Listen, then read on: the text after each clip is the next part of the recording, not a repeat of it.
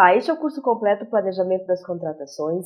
No módulo 25, nós vamos trabalhar acerca do conceito e as hipóteses de adoção do sistema de registro de preço. Para tanto, é importante iniciar com um conceito acerca do sistema de registro de preço e fica mais fácil conceituá-lo comparando com uma licitação comum.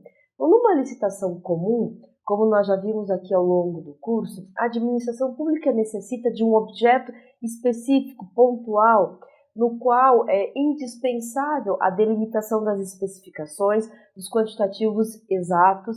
Então, uma consultoria, nós sabemos muito bem o objeto, o escopo, conseguimos delimitar o prazo de início e término da prestação do serviço. Então, é um objeto específico que vai resultar num único contrato como regra. Diferentemente, ocorre no registro de preços, em que, muito embora a administração pública tenha o dever de definir as características, as especificações mínimas do objeto, não consegue delimitar de forma exata o quantitativo, nem tampouco em qual momento aquele objeto vai ser necessário. Ela vai adquirir conforme a sua demanda, na medida das necessidades.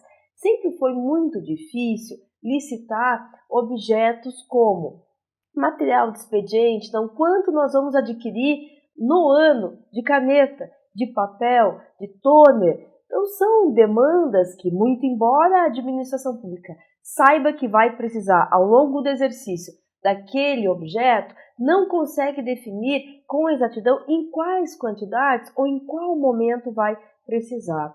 Então, para esses casos, antes da figura do registro de preço, a administração tinha que aguardar o surgimento da demanda para defini-la e fazer uma licitação. Isso acarretava um grande número de licitações ao longo do exercício financeiro.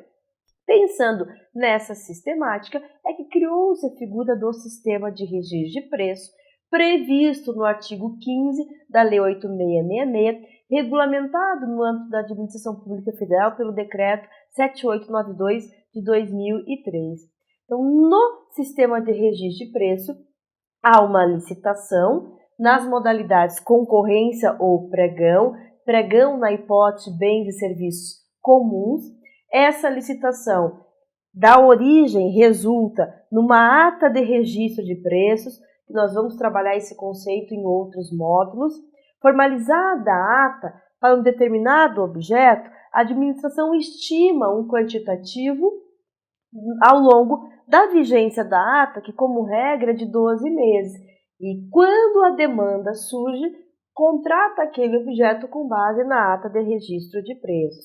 Então, uma das vantagens do registro é que a administração pública não está obrigada a adquirir a quantidade total. O próprio fornecedor sabe que se trata de uma expectativa de fornecimento. Então, a administração vai adquirindo conforme a sua demanda. Estimou 100, hoje precisa adquirir 10, vai lá e se leva um contrato para 10. Daqui 2 meses precisa adquirir 30, vai lá e se leva um contrato ou um instrumento equivalente para 30.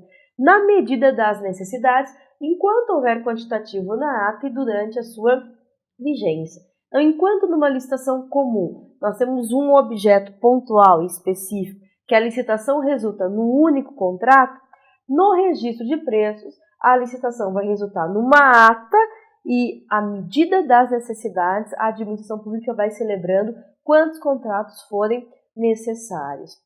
Nesse sentido, vejam, é a previsão do Decreto 7892 de 2013, que conceituou o registro de preços como um conjunto de procedimentos para o registro formal de preços, no qual se registram serviços, aquisição para contratações futuras. Então, essa é a principal característica do registro de preços, regular uma contratação futura que pode ou não surgir conforme a necessidade da administração pública. Isso não significa dizer que o registro de preço não necessita de um planejamento, que nós possamos realizar vários registros para objetos que nós não temos uma segurança se vamos contratar ou não. Não é isso. Então, claro que para justificar a instalação de uma licitação, Temos que demonstrar uma necessidade, que aquele objeto vai ser necessário ao longo do exercício financeiro, mas não precisamos definir de forma exata os seus quantitativos. Ainda que esses quantitativos tenham que ser definidos com base no consumo anterior, é possível ter uma variação, uma margem, uma flexibilidade até para contar com situações imprevisíveis. Pois bem, estabelecida essa premissa acerca do conceito e da utilização do registro de preço, é importante destacar que o Decreto 7892 de 2013 estabeleceu as hipóteses de incidência, as situações em que o registro de preço se justifica. Vejam que o artigo 3º do Decreto 7892 de 2013 estabelece as hipóteses de cabimento do sistema de registro de preço. Esse decreto regulamentou o artigo 15 da Lei 8666, que já estabelecia a figura do registro de preço, mas em seu parágrafo 3º determinava a regulamentação por meio de decreto. Então, no âmbito da Administração Pública Federal, essa regulamentação ocorreu por meio do Decreto 7892 de 2013. Antes mesmo de nós analisarmos as hipóteses de cabimento do sistema de registro de preço, é importante destacar que, em que pese a Lei 8666, no artigo 15, determinar a regulamentação do registro de preço por meio de decreto, isso não significa dizer que o registro só possa ser utilizado na hipótese de regulamentação. Muito embora o ideal seja a regulamentação do tema, até para delimitar questões procedimentais, porque a Lei 8666 foi bem superficial em relação ao registro de preço, determinadas entidades municipais, estaduais, ainda que não tenham regulamentação específica, podem utilizar o registro de preço com base apenas no artigo 15 da Lei 8666. Portanto, esse dispositivo ele é auto-aplicável. Mas no âmbito da Administração Pública Federal, regulamentou-se o tema, então, pelo Decreto 7892 de 2013, que em seu artigo 3º estabeleceu as hipóteses de cabimento do registro. Já uma outra peculiaridade que o decreto veio a regulamentar é o cabimento do registro, tanto para bens quanto serviços. É uma dúvida que a doutrina levantava a partir da interpretação do artigo 15 da 8666, que estabeleceu o cabimento do registro de preço preferencialmente para compras, não estabelecendo expressamente esta hipótese para serviços. Porém, é possível sim realizar o registro de preço para serviços conforme a regulamentação federal. Então vejam que o artigo 3º estabelece as seguintes hipóteses: quando, pelas características do bem ou serviço, houver necessidade de contratações frequentes, demandas parceladas. Então são aqueles objetos que a administração pública contrata periodicamente ao longo do exercício financeiro. Há exemplo de produtos alimentícios, materiais de expediente, material didático para cursos profissionalizantes. Então, esses cursos que dependem muito da demanda, do interesse do público, a administração pode ter 10 ou 100 inscritos. Então, como estimar com exatidão numa licitação o quantitativo de material? É o cabimento claro do registro de preço. Estima com base no consumo anterior um quantitativo e vai adquirindo com base na ata conforme o fechamento das turmas. Então, hoje nós temos uma turma com 10 alunos, precisamos adquirir 10 apostilas. No mesmo sentido, material de expediente. Hoje precisamos adquirir 100 resmas de papel, mas não conseguimos definir com exatidão o quantitativo ao longo do exercício financeiro. Ainda, o artigo 3º estabelece o cabimento do registro de preço quando for mais conveniente a aquisição de bens com previsão de entregas parceladas, como vimos, ou serviços remunerados por unidade de medida. O exemplo claro é manutenção predial. Como nós vamos definir quantos canos vão estourar, quantos vasos sanitários precisarão ser substituídos? É um tipo de objeto que vai depender da necessidade. Somente quando o problema surgir é que teremos condições de estimar esse quantitativo. Então, é o exemplo claro de cabimento do registro de preço. O artigo 3º também estabelece esta figura para atender a demanda de mais de uma entidade. Nós sabemos que muitos órgãos da administração pública têm demandas similares, visando otimizar o processo, ganhar na economia de escala, que nós sabemos que, a princípio, quanto maior o quantitativo, menor é o preço.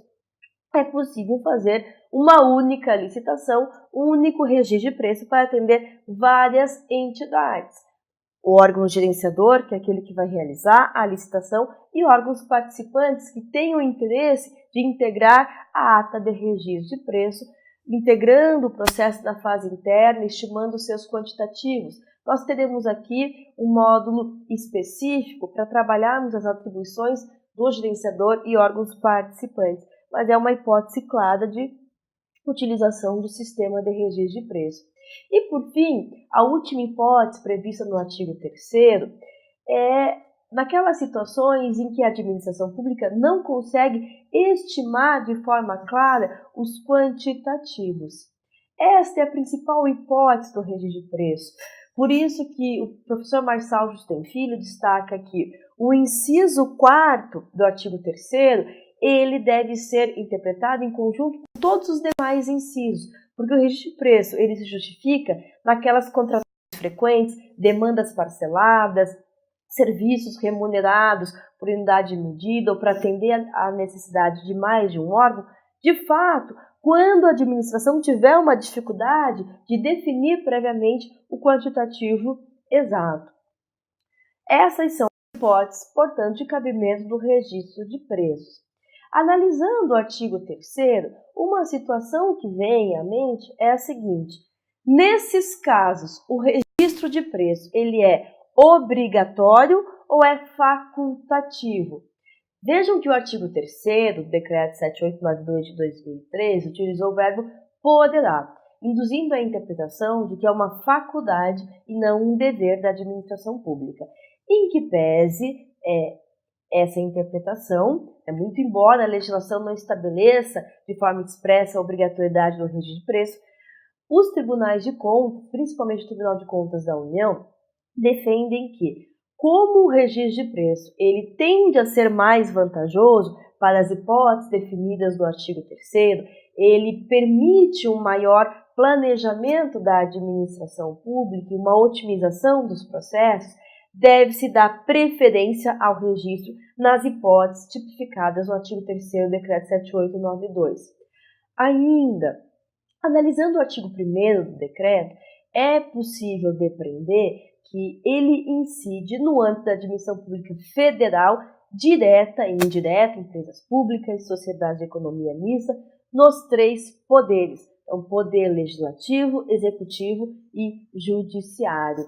Por fim, uma última questão pertinente ao conceito e aplicabilidade do sistema de registro de preço é pertinente à obrigatoriedade ou não de indicar no processo interno, já na fase interna da licitação, a dotação orçamentária. Como regra, nos termos dos artigos 7º e 14 da Lei 8666, em qualquer licitação, a administração pública deve indicar no processo a dotação orçamentária, porquanto só é possível instaurar um processo licitatório quando há prévia dotação orçamentária. A administração pública não pode assumir despesa sem ter dotação orçamentária. Em que pese isso, a doutrina majoritária, Tribunal de Contas da União, Advocacia Geral da União, entendem que, em se tratando de registro de preço, como esse instituto ele regulamenta uma contratação futura que pode ou não ocorrer, a dotação orçamentária não precisa ser indicada na fase interna da licitação, nem tampouco na ata de registro de preço, mas apenas quando da contratação. Então, a administração pública tem uma ata quando convoca o fornecedor registrado em ata para celebrar o contrato ou para emitir um instrumento equivalente. Nesse instrumento é que deve ser indicada a dotação orçamentária, porque é quando celebra o contrato que a administração pública se vincula a adquirir o objeto. Uma das vantagens vislumbradas pela doutrina acerca do registro de preço é justamente poder realizar a licitação sem indicar dotação orçamentária, às vezes não há dotação ainda aprovada, principalmente no início do exercício financeiro, em que há um atraso na aprovação do orçamento, então a administração pode já realizar a licitação, formalizar a ata e indicar a dotação orçamentária apenas quando dá efetiva contratação. Então essas são as peculiaridades do sistema de registro de preço, cuja análise daremos sequência nos próximos módulos.